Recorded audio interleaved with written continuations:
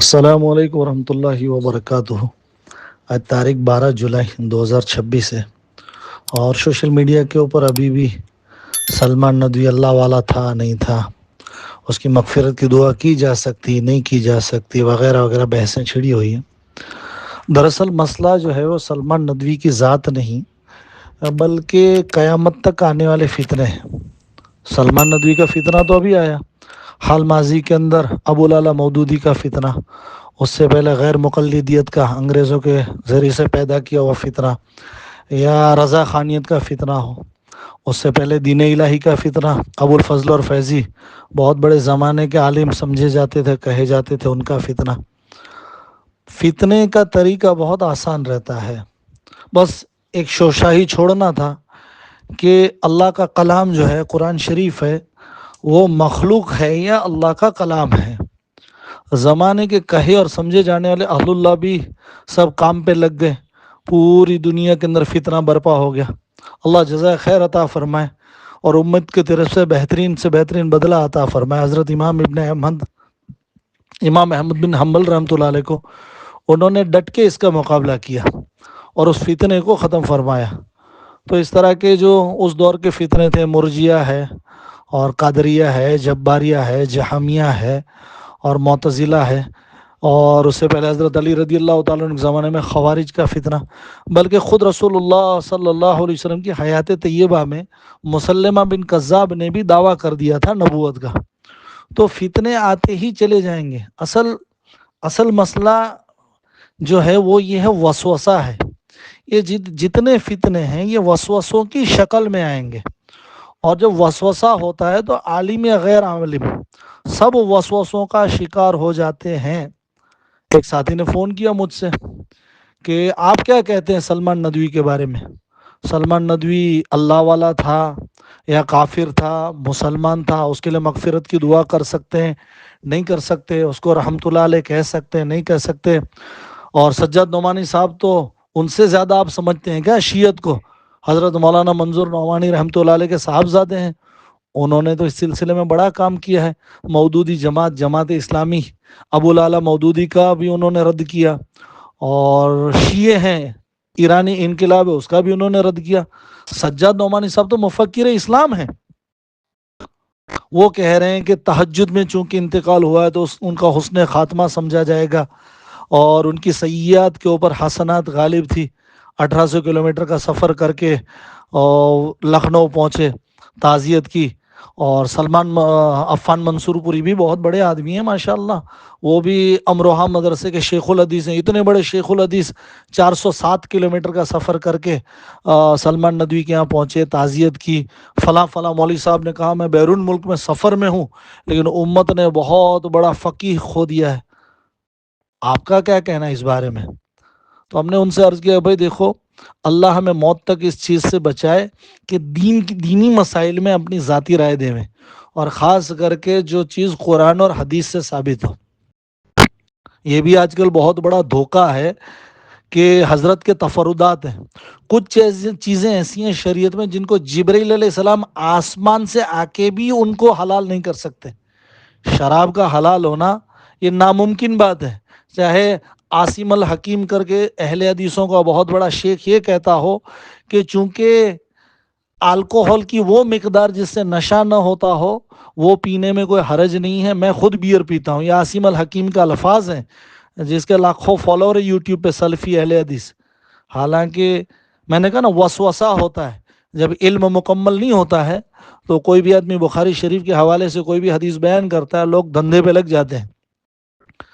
تو عاصم الحکیم فخر سے کہتا ہے کہ میں بیئر پیتا ہوں، حالانکہ حدیث کہتی ہے کہ جس چیز کی بڑی مقدار حرام ہے اس کی چھوٹی مقدار بھی حرام ہے۔ تو میں نے عرض کیا بھائی اللہ میری حفاظت فرماوے موت تک کے دینی مسائل کے اندر ہم اپنی ذاتی رائے پیش کریں۔ ہمارا تو ایک ہی فیصلہ ہے جو قرآن اور حدیث کا فیصلہ ہے کہ سلمان ندوی لعنتی ہے، سلمان ندوی لعنتی آدمی ہے، اور سلمان ندوی لعنتی آدمی ہے، اور جب قرآن کا فیصلہ آ گیا لعنتی ہونے کا اور حدیث کا فیصلہ لعنتی ہونے کا آ گیا، تو اب ان وسوسہ ڈالنے والے زمانے کے کہے اور سمجھے جانے والے علماء سے پوچھو کہ کبھی ایسا تاریخ میں ہوا کہ جس کے نام کے آگے لعنتی لگا ہو، اس کے نام کے آگے رحمت اللہ علیہ بھی لگا ہوا ہو؟ تو یہ وسوسے ڈالنے والے لوگ ہیں، یہ وسوس ان کے ذمے ہیں، ان کے ذمے ہے کہ لان ایک مولوی صاحب بحث کرنے لگے، چونکہ ان کا ندوی تھے اور سلمان ندوی سے تعلق تھا، اور ظاہر سی بات ہے صحابہ تو 1450 سال پہلے ہو گئے نا، ان سے ہمارا کوئی تعلق نہیں ہے، اور یہ سلمان ندوی تو ان کا استاد ہے۔ الحمدللہ سلمان ندوی کو سب سے پہلے الحمدللہ اس دور میں جب اس کے خلاف فتویٰ نہیں آیا تھا گمراہی کا، اس دور میں ہم نے اس کی پکڑ کی تھی، اس کو فون کیا تھا، وہ آڈیو گم گئی۔ اس بدبخت کا کہنا تھا کہ 3 طلاق ایک ہی ہوتی ہے۔ جب ہم نے اس کو فون لگایا کہ بھائی سلمان ندوی صاحب آپ 3 طلاق کو ایک کہتے ہیں، آپ کی کیا دلیل ہے؟ تو بخاری شریف کی حدیث انہوں نے سنائی کہ ایک صحابی نے اپنی بیوی کو 3 طلاق دے دی، تو اللہ کے نبی علیہ الصلوۃ والسلام غصے میں آ گئے کہ اللہ کا نبی تمہارے اندر موجود ہے اور تم مذاق اڑا رہے ہو، تو یہ دلیل ہے۔ میں نے کہا سلمان ندوی صاحب یہ دلیل آپ کی نہیں ہماری ہے، بڑے غور سے سننا، یہ اہل حدیث، یہ جماعت اسلامی والے جن کے پاس علم نہیں ہے، ان کو کیسے گمراہ کرتے ہیں اور ان کو کیسے دھوکہ ڈالتے ہیں علماء کرام کے بارے میں۔ وہ علماء کرام جن کی مدارس کے اندر 50 سال پڑھانے کے اندر زندگیاں گزر گئی بخاری شریف، ان کو جو بات سمجھ میں نہیں آئی اور یہ سلمان ندوی کو سمجھ میں آئی، اور یہ جماعت اسلامی والا اور اہل حدیث والا ان کو سمجھ میں آ گئی، تو میں نے سلمان ندوی سے کہا سلمان ندوی بھائی یہ حدیث تو میں تو اللہ کے نبی کا غصہ اس چیز کی دلیل ہے کہ طلاق ہو گئی تھی، اگر طلاق نہ ہوئی ہوتی تو اللہ کے نبی علیہ الصلوۃ والسلام غصے میں نہیں ہوتے کہ کوئی بات نہیں 3 طلاق دی ہے ایک ہی ہوئی؟ تو میں نے کہا سلمان ندوی بھائی اللہ کے نبی غصے میں آ رہے ہیں اور سامنے وہ صحابی کھڑے ہو کے کہہ رہے ہیں اللہ کے نبی علیہ الصلوۃ والسلام کیا میں اس آدمی کی گردن نہ اڑا دوں؟ یہ کہنا اس چیز کی دلیل ہے کہ 3 طلاق دینے پہ طلاق ہو گئی تھی۔ سلمان ندوی فون چھوڑ کے بھاگ گیا، الحمدللہ بھاگ گیا۔ اور یہی سلمان ندوی کا ایک شاگرد ہمارے واپس شہر میں آ کے چندہ کر رہا تھا، تو میں نے کہا بھائی تھوڑا کنارے بیٹھیے، خیریت سے ہیں آپ؟ طبیعت ٹھیک ہے آپ کی؟ بولے کہاں سے تشریف لائے فلاں؟ ارے سلمان ندوی صاحب ہمارے استاذ ہیں۔ میں نے کہا لعنت تیرے استاد پہ، اب میری جوتے کی نوک پہ تیرا استاد، جو آدمی امیر معاویہ رضی اللہ تعالیٰ عنہ کو گالی دیتا ہے تو بدبخت فخریہ طور پہ اس کے ساتھ اپنی نسبت جوڑ رہا ہے۔ اس وقت تو برہم ہو گیا کہ تم علماء کے غصہ، میں نے کہا کوئی علماء کا گستاخ نہیں، صحابہ سے دور کرنے والا ہرگز عالم نہیں ہو سکتا۔ تو جس کے بارے میں لعنت کا حکم ہے اور اس کے اوپر لعنت قرآن سے ثابت ہے، سورہ الاحزاب سے ثابت ہے، ان الذین یؤذون اللہ ورسولہ لعنہم اللہ فی الدنیا والآخرہ وأعد لهم عذابا مہینا، کہ وہ آدمی جو اللہ کو ایذا پہنچائے، اس کے رسول کو ایذا پہنچائے، اس کے اوپر اس دنیا میں بھی لعنت اور آخرت میں بھی لعنت، اور اس پہ عذاب مہینہ ہے۔ تو ایک مولوی صاحب کو ہم نے کہا کہ بھئی اذا رأیتم الذین یسبوا اصحابی، تو انہوں نے کہا بھئی اس کے تو 2 راوی، کیونکہ تعلق سلمان ندوی سے زیادہ ہے، ہماری بات وہاں چل رہی تھی، اور صحابہ تو بہت دور کے زمانے میں ہو گئے، تو صحابہ کے لیے تو ہماری کوئی ذمہ داری بچی نہیں۔ یہ بھی غیر مسلموں والا عقیدہ ہے۔ غیر مسلموں کے اندر ایک دوہا ہے کہ گرو گووند دونوں کھڑے، کاکو لاگوں پائے بلیہاری ہو گرو دیو کی جو گووندیو بدائے۔ ایک طرف خدا کھڑا ہے، ایک طرف استاد کھڑا ہے، تو اب میں کنفیوژن میں ہوں کہ کس کے پیر چھوں۔ پھر میرے دل نے فیصلہ کیا کہ استاد کے ہی پیر چھو لیتا ہوں، کیونکہ اس نے ہی تو خدا کا تعارف کروایا۔ واہ بھائی واہ! تو یہی سوچ ہمارے چند سلمان ندوی کے پاس پڑے ہوئے نامور اور مشہور لوگوں کی بھی ہے کہ سلمان ندوی ہی صاحب کا احسان صحابہ سے بڑا ہے، کیونکہ قرآن اور حدیث کا تعارف سلمان ندوی نے کیا۔ تو ایسی جاہلانہ چیزیں اور جاہلانہ چیزیں جن کا لاجک سے کچھ لینا دینا نہیں، ایک عقیدہ ان کا بھی بن گیا ہوگا۔ تو انہوں نے کہا اذا رأیتم الذین یسبوا اصحابی، تو صاحب نے فوراً کہا اس میں 2 راوی منکر ہیں۔ میں نے کہا اچھی بات ہے، چلیے منکر ہیں، اچھا تو پھر اللہ فی اصحابی لا تتخذوا، جمعہ میں آپ خود پڑھتے ہیں خطبہ، وہ بھی ضعیف ہے۔ میں نے کہا ضعیف ہے تو کائے کو پڑھتے ہو، ہر ہفتے پڑھتے ہو؟ چلیے ٹھیک ہے، آپ کا بخاری شریف سے ہم آپ کا شوق پورا کر دیتے۔ بخاری شریف کی حدیث ہے لا تسبوا اصحابی، ہاں یہ بخاری شریف میں ہے، صحیح حدیث ہے۔ میں نے کہا بتائیے، اللہ کے نبی کہہ رہے ہیں کہ میرے صحابہ کو برا بھلا مت کہو، اگر تم مد اور سا کے برابر، تم احد پہاڑ کے برابر بھی مال خرچ کر دو، سونا خرچ کر دو، تو میرے صحابہ کے مد اور سا کے برابر بھی نہیں پہنچ سکتے۔ میں نے کہا بولیے. اللہ کے نبی کہہ رہے لا تسبوا اصحابی، لا تسبوا اصحابی، میرے صحابہ کو برا بھلا مت کہو. تو اب جو کہے گا بتائیے اللہ کے نبی کو ایذا پہنچانے والا ہے کہ جی ہے. اب اللہ کے نبی صلی اللہ علیہ وسلم کو ایذا پہنچا رہا ہے تو کیا وہ اس آیت کا مصداق نہیں ہے؟ اس آیت کا مصداق ان الذین یؤذون اللہ ورسولہ لعنہم اللہ فی الدنیا والآخرہ. اب جو لعنتی ہے، جو شریعت کے اعتبار سے قرآن اور حدیث کی روشنی میں جو لعنتی ہے، کیا سجاد نعمانی کے پاس کوئی یہ اب علمی سوال، جتنے علم کے بڑے شوقین ہیں ان سے سوال ہے، کیا جو چیز نص قطعی سے ثابت ہو کیا وہ حکم بغیر نص قطعی کے منسوخ ہو سکتا ہے؟ سلمان ندوی کا لعنتی ہونا قرآن اور حدیث سے ثابت ہے، تو قرآن اور حدیث سے جو چیز ثابت ہے، کیا سجاد نعمانی کے کہنے سے، کیا عفان منصور پوری کے کہنے سے، اور ہم پسند کر دے گا عالم کو جو زامبیا میں سفر میں ہوں اور میں اس لیے میں تعزیت کا، اس سے ہمارا سوال ہے کہ نص قطعی سے جو چیز ثابت ہو اس کا رد بغیر نص قطعی سے ہو سکتا ہے؟ سلمان ندوی کا لعنتی ہونا قرآن سے اور حدیث سے ثابت ہے، تو اس آدمی کے لیے اتنا بڑا چڑھا کے پیش کرنا یہ لوگوں کو وسوسوں میں ڈالنا ہے. ایک بنیادی اصول ہمارے تبلیغ کے ساتھ ہی خاص سمجھ لیں میں، چند چیزیں نص قطعی سے ثابت ہے، قرآن سے ثابت ہے، صحیح حدیث سے ثابت ہے. جبرائیل بھی اس دنیا میں آ کے ان کو رد نہیں کر سکتے. تو تمہارے فلاں ڈھما کے جو سود کو حلال کر رہے ہیں اور تمہارے میوزک کو حلال کر رہے ہیں اور شادیاں 4 سے زیادہ کا جواز پیدا کر رہے ہیں، شراب کو حلال کر رہے ہیں، تصویر کو حلال کر رہے ہیں، یاد رکھو جبریل بھی اس دنیا میں اتر جائے وہ بھی، بلکہ عیسیٰ علیہ السلام خود بھی آ کے ان چیزوں کو حلال نہیں کر سکتے. تو یہ بہت بڑے جتنے فتنے ہیں نا یہ سب وسوسوں کی شکل میں ہوتے ہیں. سلمان ندوی نے کتنا بڑا نقصان کیا، اس چیز کا احساس ہے. اس کی خدمات کوئی خدمات ہے ہی نہیں. آج کل جن کی تم خدمات سمجھتے ہو سب موروثی نظام کی پیداوار ہیں. کسی یہ سلمان ہے، یہ محمود مدنی ہے، اور یہ سعد کاندلوی ہے، یہ تقی عثمانی صاحب ہیں. ان کی خدمات یہ ہیں کہ کسی بڑے اللہ والے کے اور بہت بڑے خاندان سے تعلق رکھتے ہیں.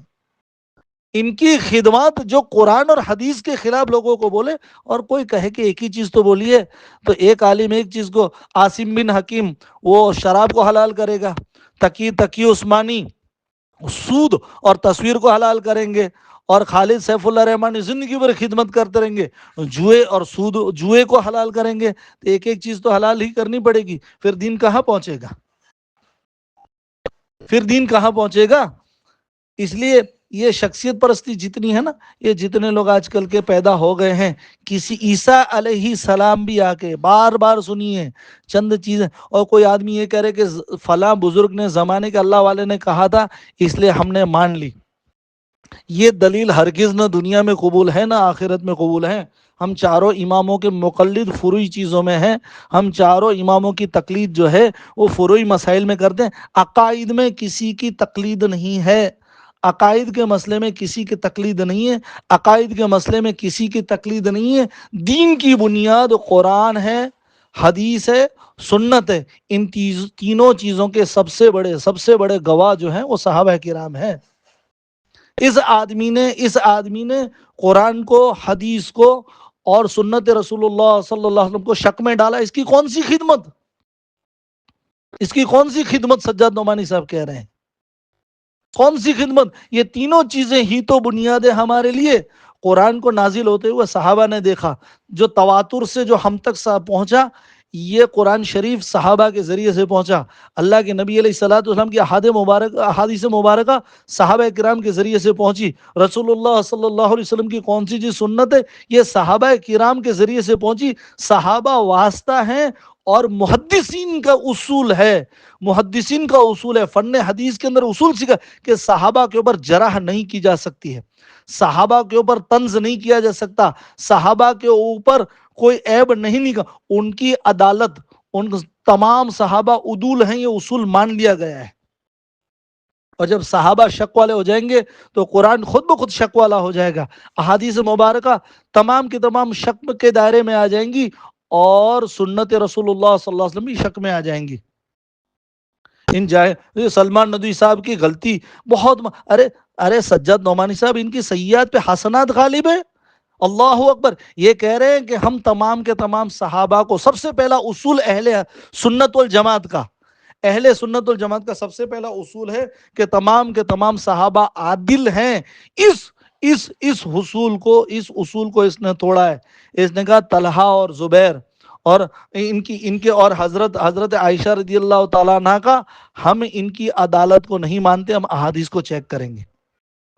اہل سنت والجماعت کی سب سے زیادہ احادیث جو نقل کی گئی وہ حضرت ابو ہریرہ رضی اللہ تعالیٰ عنہ سے. ابو ہریرہ رضی اللہ تعالیٰ عنہ کے بارے میں یہ بدبخت، یہ ملعون کہتا ہے کہ 5,000 احادیث جن سے مروی ہیں، انہوں نے آدھی احادیث گول کر دی، آدھی حدیث غائب کر دی. گویا کہ اب عوام کے دل میں شک ڈال دیا کہ باقی کی جو 5,000 احادیث ہیں وہ بھی معتبر ہیں یا نہیں. سیدھی سی بات ہے، سوال کھڑا ہوتا ہے کسی بھی آدمی کے اوپر. دوسرے نمبر پہ امی عائشہ رضی اللہ تعالیٰ عنہ سے مروی ہے سب سے زیادہ احادیث، ان کے بارے میں کہتی کہ ان کی شہادت مردود ہے. یہ آدمی کیا کرنا چاہ رہا تھا پتا ہے؟ یہ شیعوں کا ایجنٹ تھا. کسی آدمی کا یہود اور نصارہ کا ایجنٹ ہونے کے لیے ضروری نہیں کہ یہود اور نصارہ سے پیسے لیتا ہو، ان سے ملتا ہو، ان سے میٹنگیں کرتا ہو. ان کی منشا کو پورا کرنے والا ان سے ملا ہوا نہیں ہے تب بھی ان کا ایجنٹ مانا جائے گا. ہم شیعہ کو مناظروں کے اندر صرف ایسے شکست دیتے ہیں، اور قیامت تک انشاءاللہ آپ حضرات بھی یہ سبق سیکھ لیجئے، ان کو شکست ہوتی رہے گی، ہوتی رہے گی، ہوتی رہے گی قیامت تک. اس سے بہت آسان ہے. شیعہ سے پوچھئے کہ بھائی دنیا کی سب سے بہترین مذہب کون سا؟ شیعہ کہے گا اسلام. شیعہ سے پوچھئے سب سے بہترین کتاب کون سی؟ کہے گا قرآن شریف. اور سب سے بہترین شخص کہ سب سے بہترین آدمی حضرت محمد صلی اللہ علیہ وسلم. شیعہ کا بھی یہی جواب رہے گا. اب اس سے کہیے کہ سب سے بہترین مذہب اسلام کو لانے والے، اور سب سے بہترین کتاب جس کے اوپر نازل فرمائی محمد صلی اللہ علیہ وسلم نے، وہ تمہارے جو اصول ہیں اس اصولوں سے تو فیل ہو گئے. کیونکہ تمہارا کہنا ہے کہ اللہ کے نبی علیہ الصلوۃ والسلام کے جتنے صحابہ تھے وہ سازش کرنے والے تھے، اور 3 حضرت علی، امام حسن اور حسین رضی اللہ، ان کے علاوہ سارے لوگ کافر ہو گئے تھے. تو تم خود، ہمیں دشمنوں کی ضرورت ہی نہیں ہے.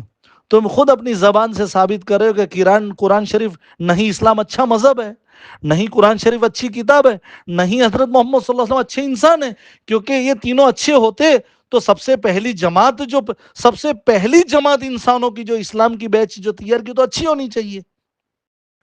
تو یہ بدبخت سلمان ندوی بھی شیعوں کا کام آسان کر کے گیا. امیر معاویہ رضی اللہ تعالیٰ عنہ کے کیا کارنامے گنائے. یہ جو کابل ہے یہاں تک کا علاقہ حضرت امیر معاویہ رضی اللہ تعالیٰ عنہ کے زمانے میں فتح ہوا. موروکو، ٹیونیشیا تک کا علاقہ، اور یورپ کے اوپر پیش قدمی کی شروعات حضرت امیر معاویہ رضی اللہ تعالیٰ عنہ کے زمانے میں ہوئی. پہلا نیوی جس کے بارے میں اللہ کے نبی علیہ الصلوۃ والسلام نے فرمایا تھا کہ جو پہلا بحری بیڑا ہوگا اس کی اللہ مغفرت فرما دیں گے، وہ جنتی ہوگا. تو یہ اب ان کے پاس ایک ہی داؤ بچتا ہے. یہ جو ایک ہیں چند ایسے ہمارے ساتھ آڈیو آتے ہیں، کہے اور سمجھے جانے والے 9 عمر لونڈے مدرسے سے فارغ یہ مولوی ہیں جو امیر معاویہ رضی اللہ تعالیٰ عنہ کے بارے میں ایسی باتیں کہتے ہیں کہ چلو ٹھیک ہے ہم مان لیتے ہیں. حالانکہ سلمان ندوی تو بدبخت یوں کہتا ہے کہ منافق صحابہ. 2 باتوں میں فرق، ایک تو صحابہ کے اندر کے منافق، اور ایک تو منافق صحابہ. صحابی منافق نہیں ہو سکتا، لیکن صحابہ کے اندر منافق ضرور ہو سکتے ہیں. اس چیز کو تمام لوگ تسلیم کرتے ہیں. لیکن جس آدمی کی صحابیت خود جناب رسول اللہ صلی اللہ علیہ وسلم کی زبان مبارک سے ثابت ہو گئی، امیر معاویہ رضی اللہ تعالیٰ عنہ وہ صحابی ہیں. تو یہ بالکل شیعوں والی حرکتیں کر رہا ہے، بالکل لوگوں کو شک میں ڈال رہے ہیں. ایک شک آپ کو ایک علمی چیز بتا دوں، حالانکہ ہم ایسی چیزیں مناظروں کے لیے سنبھال کے رکھتے ہیں، لیکن چونکہ فتنہ بہت بڑا ہے، بہت بڑا. یہ محمد علی مرزا ہے، ابو لالا مودودی ہے، اور یہ سلمان ندوی ہے. ان کو بڑا شوق رہتا ہے کہ اس زمانے کی تواریخ پڑھیں. ایک بات اصولاً یاد رکھنا، قرآن اور حدیث کے مقابلے میں تاریخ کوئی چیز نہیں ہے.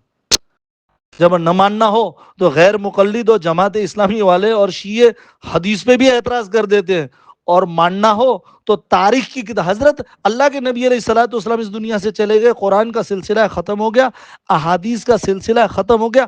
اب جو ہے وہ تاریخ ہے، اور تاریخ یہ بھی فن حدیث کا اصول ہے. تاریخ کا مقابلہ جب حدیث سے ہو تو تاریخ کو چھوڑ دی جائے گا اور حدیث کو پکڑی جائے گی. کہ بہت سارے علمی لائن کے شوقین بخاری شریف کی حدیث نمبر 2812، یہ جو میں نے کہا نا کہ یہ پان کی ٹپری والا اور وہ چمڑے کے جوتے سلنے والا بشیر موچی، اور وہ پینٹ کرنے والا، گھر گھر جا کے پینٹ کرنے والا الطاف، اور یہ اسکول میں ٹیچر میں پڑھانے والا عبداللہ بھائی، ہاں اسکول میں پڑھانے والا عبداللہ بھائی، اور پلمبر مرزا، یہ لوگ اور قرآن کا یہ لوگ علماء کرام سے بدگمان کرتے ہیں کہ دیکھو اب کیسے بدگمان کرتے ہیں۔ ایک ہمارا پورے آڈیو کا مقصد وسوسہ ہے، یہ لوگ وسوسہ ڈالتے ہیں۔ حدیث نمبر 2812، پڑوس ملک کے اندر تو جاہل قسم کا لکڑ ہارا اور جاہل قسم کا 2 نمبر کا ایران سے پیٹرول اور ڈیزل چوری کر کے پاکستان لا کے بیچنے والا کمبخت موٹر سائیکل پہ نمبر پلیٹ کے بدلے پیچھے لکھتا ہے حدیث بخاری حدیث 2812، عمار کا قاتل کون؟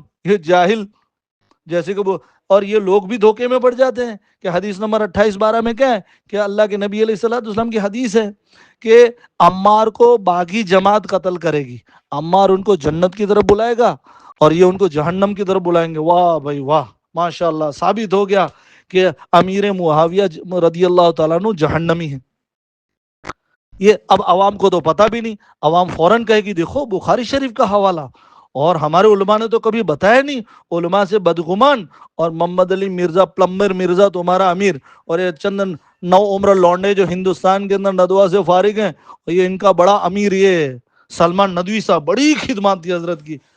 بیوقوف ہو، اندھی تقلید کرتے ہو، بخاری شریف میں حدیث 2812 پڑھتے ہو، 27:4 نہیں پڑھتے ہو، 27:04 نہیں پڑھتے ہو۔ دیکھو وسوسہ کس کو کہتے ہیں، اس کی مثال دیتا ہوں۔ حدیث نمبر 27:04 میں حضرت ابو سعید خدری یا عبداللہ ابن عمر اس کے راوی ہیں، اس کے اندر صاف اللہ کے نبی علیہ الصلوۃ والسلام فرماتے ہیں کہ یہ میرا حضرت حسن رضی اللہ تعالیٰ عنہ کے سر مبارک پہ ہاتھ رکھ کے کہتے ہیں یہ میرا بیٹا سید ہے، یہ میرا بیٹا سید ہے، اور یہ مسلمانوں کی 2 جماعتوں کے بیچ کے اندر صلح کروائے گا۔ حدیث کے الفاظ ہیں عظیمتین من المسلمین، عظیمتین من المسلمین، مسلمانوں کی 2 جماعتوں کے اندر۔ تو اس حدیث سے، بخاری شریف ہی کی حدیث سے ثابت ہوا کہ وہ 2 جماعتیں لڑیں گی، اللہ کے نبی کی طرف سے سرٹیفکیٹ ہے کہ دونوں مسلمان ہیں، اور تم کمبخت علماء کے دشمن، صحابہ کے دشمن، قرآن کے دشمن، حدیث کے دشمن، اور رابضی پلمبر مرزا کے دوست، سلمان ندوی مردود کے دوست، تم لوگ یہ کہہ رہے ہو کہ امیر معاویہ رضی اللہ تعالیٰ عنہ باغی ہیں اور یہ جہنمی جماعت ہے۔ تو یہ ہوتے ہیں وسوسے، اس لیے وسوسوں سے بچنا چاہیے۔ جتنے فتنے، جتنے فرقے ہیں، وہ صحابہ کے بارے میں تمہیں بدگمان کریں گے، اور ہم اہل سنت والجماعت ہیں، ہمارا اصول ہے ما انا علیہ واصحابی، جس پر میں ہوں اور جس پر میرے صحابہ ہے۔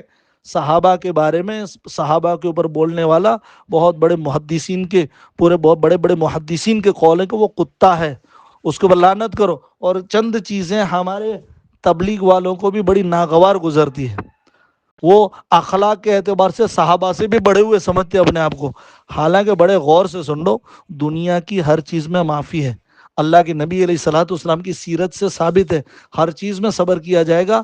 بلکہ ہم کیا صبر کریں گے؟ امی عائشہ رضی اللہ تعالیٰ عنہ جیسی ذات کے اوپر تہمت لگائی گئی تو اللہ کے نبی علیہ الصلوۃ والسلام کو معاف کرنے کا حکم دیا گیا، اور سگے باپ حضرت ابوبکر صدیق رضی اللہ تعالیٰ عنہ سے کہا گیا کہ ان کے اوپر احسان کرو، بلکہ احسان کو بڑھا دیا حضرت ابوبکر صدیق رضی اللہ تعالیٰ عنہ۔ لیکن یہ دنیاوی چیزوں کے بارے میں ہے، جب دین میں بگاڑ آیا تو نہ اللہ کے نبی، جن کے بارے میں کہا انک لعلی خلق عظیم، خلوق عظیمہ، معمولی اخلاق نہیں، عظیم اخلاق میں بھی سب سے اونچے پائے پہ ہوئے تو کوئی نبی علیہ الصلوۃ والسلام ہے، لیکن آپ علیہ الصلوۃ والسلام نے گستاخ نبیوں کا قتل خود کروایا ہے۔ دین کے بگڑنے کے اوپر آپ علیہ الصلوۃ والسلام نے گریبان خود پکڑا ہے، دین میں ہلکے سے ہیر پھیر پہ حضرت ابوبکر صدیق رضی اللہ تعالیٰ عنہ کا کہ اینقص الدین، کہ دین کے وانا حی، کہ دین کے اندر فرق اور ابوبکر زندہ رہے۔ یہ غیرت کی چیز ہے کہ ابو بکر تو ان سے قتال کرے گا، اور 2 سال تک مرتد ہوئے مسلمانوں سے قتال کیا، اور صلح حدیبیہ کے موقع کے اوپر جب اللہ کے نبی علیہ الصلوۃ والسلام کو صحابہ کو عروہ بن مسعود ثقفی نے جب غدار کہا تو حضرت ابوبکر صدیق رضی اللہ تعالیٰ عنہ نے وہ گالی دی ہے اس کو. تو صبر دنیاوی معاملوں میں ہونا چاہیے، دین کے معاملے میں صبر نہیں ہے. اللہ کے نبی علیہ الصلوۃ والسلام نے لعنت کا الفاظ استعمال کیا ہے. جو صحابہ کو برا بھلا کہے، قرآن سے ثابت ہے کہ جو صحابہ کو لعنتی کہے، صحابہ کو برا بھلا کہے، وہ لعنتی کے علاوہ ہرگز ہرگز ہرگز کچھ نہیں ہو سکتا. اس لیے جتنے فتنے ہیں نا سلمان ندوی کے، اور آج کے دور میں پھر سے کہتا ہوں، شک و شبہ میں یہ بڑے کہے اور سمجھے جانے والے ڈالتے ہیں. ہمارے ابھی آخری بات بول کے ختم کر دوں کہ ہمارے یہاں پہ بیان تھا مفتی عباس بسم اللہ، گجرات کے بہت بڑے مفتی صاحب ہیں. انہوں نے بیان کیا کہ ایک جماعت ہمارے یہاں سے گئی کسی گاؤں میں، تو وہاں منہ دکھائی کی رسم تھی میت کی. تو میت عورت تھی، مردہ عورت تھی، اس کو بھی مسجد میں لایا گیا، وہیں نماز اور اس کا منہ دکھائی. جماعت والوں نے اختلاف کیا، بلکہ مخالفت کی کہ بھائی یہ نہیں ہو سکتا، یہ عورت تو نامحرم ہے، نامحرم کا مردہ عورت کا چہرہ نہیں دیکھا جا سکتا ہے، یہ گناہ کا کام ہے بلکہ حرام ہے. اور آپ سننے والے بھی اس چیز سے اتفاق رکھیں گے. تو بہت سمجھائش کے بعد الحمدللہ گاؤں والے مان گئے اور اس دن سے وہاں پہ رسم بند ہو گئی. میں نے پیچھے سے جان بوجھ کے مجمع میں میرے آس پاس والے سنے، انہوں نے کہا اچھا مردہ عورت کا بھی چہرہ نہیں دیکھ سکتے. حالانکہ کوئی ہی بد نصیب ہوگا جو مردہ عورت کے چہرے سے مزہ لے. اچھا حرام ہے کیا؟ تو میری طرف دیکھنے لگے بڑے ایک دم علامہ بن کے سب لوگ. جب سارا میں نے کہا اچھا پھر یہ جو سجاد نعمانی جو ہے یہ جوان عورتوں کے ساتھ اقرا حسن کا تو ہنسی ٹھٹولی کرتا ہے، کیا یہ جائز ہے؟ اب لوگوں کے منہ اتر گئے. تو جو چیز حرام ہے وہ قیامت تک حرام ہی رہنے والی ہے. صحابہ کو برا بھلا کہنے والا، اس کے لیے صرف لعنت کا حکم ہے، اس کے علاوہ اس کے لیے کوئی حکم نہیں ہے. تو سجاد نعمانی اس کے لیے مغفرت کی دعا کرے، اس کے حسن خاتمہ کی کہے. اور کسی کو شک ہوگا چلو مغفرت ہو سکتی ہے، اللہ کا قرآن فلن تجد لسنت اللہ تبدیلا، اللہ کے قانون بدلا نہیں کرتے. اللہ سب سے زیادہ رحم والے ہیں، لیکن اللہ زیادہ حکمت والے بھی. اللہ کا فیصلہ ہے لعنہم اللہ فی الدنیا، دنیا میں اس کے لیے لعنت ہو، پھر آخرت کے دن کہ مغفرت ہو جائے گی نا، اللہ کا لعنہم اللہ فی الآخرہ، آخرت میں بھی اس کے لیے لعنت ہے. پھر عذاب مہینہ، کہ نہ صرف اتنا ذلیل کر دینے والا، انسلٹ کرنے والا عذاب مہینہ اس کے لیے کل قیامت کے دن ہے. اور یہ صاف فیصلہ اللہ اور اس کے رسول کو ایذا دینا. اور رسول اللہ کی قسم، اللہ کی قسم، اللہ کی قسم، صحابہ کو برا بھلا کہنا یہ رسول اللہ صلی اللہ علیہ وسلم کی ایذا میں داخل ہے. تو کوئی آدمی یہ کہے کہ فلاں بزرگ، یاد رکھنا پھر سے آخری بار کہ چاروں اماموں کی بھی بات ہم فروعی مسائل میں مانتے ہیں. اعتقادی مسائل میں نہ جبرائیل آ کے بدلاؤ کر سکتے ہیں، نہ عیسیٰ علیہ السلام آ کے بدلاؤ کر سکتے ہیں. تو یہ چیزیں اعتقادی ہیں. اور بلکہ پھر سے علمی بات کہ نس قطعی سے جو چیز ثابت ہے اس کے منسوخ ہونے کے لیے نس قطعی کا ہی ہونا ضروری ہے. اس لیے جتنے فتنے، آج فتنہ سلمان ندوی مسئلہ نہیں ہے، ابھی ہمارے یہاں ایک صادقہ مسئلہ آلریڈی چل رہا ہے جو انبیاء کا بھی گستاخ ہے اور قرآن شریف کی، قرآن میں بھی تحریف کرنے والا ہے، احادیث میں بھی تحریف کرنے والا ہے. مسئلہ چل ہی رہا ہے. کل کو پھر سے یہ لوگ جو موروثی نظام کی پیداوار ہیں، جو منافقت آج بھی کر رہے ہیں، دارالعلوم دیوبند کے فتووں پہ ان کی خود کے دستخط ہیں، اس کے باوجود قرآن کا دشمن، حدیث کا دشمن، صحابہ کا دشمن، انبیاء کا دشمن سعد اس سے صرف اور صرف اپنے تعلقات کی وجہ سے لوگوں کو وسوسے میں ڈال رہے ہیں. پھر سے سن لو، انبیاء کے اندر ہلکا سا نقص نکالنا یہ کفر کا باعث ہے. صحابہ کو لعن طعن کرنا، صحابہ میں عیب نکالنا یہ لعنت کا باعث ہے. اور زمانے کا کوئی آدمی سلمان منصور پوری چونکہ اس کا اکرام کرتا ہے اور فلاں ڈھما کے اس کا ساتھ دیتے ہیں، اس ساتھ جبریل بھی آ کے اس کا ساتھ نہیں دے سکتے. حضرت عیسیٰ علیہ نبینا علیہ الصلوۃ والسلام کا بھی موقف وہی ہوگا جو دارالعلوم دیوبند کا موقف ہے، کیونکہ وہ عین قرآن و سنت کے موافق ہے. اس لیے وسوسے ہیں جو فلاں کے کرنے سے قرآن اور حدیث میں تبدیلی نہیں آتی. اللہ سمجھنے کی توفیق عطا فرمائے. السلام علیکم ورحمۃ اللہ وبرکاتہ.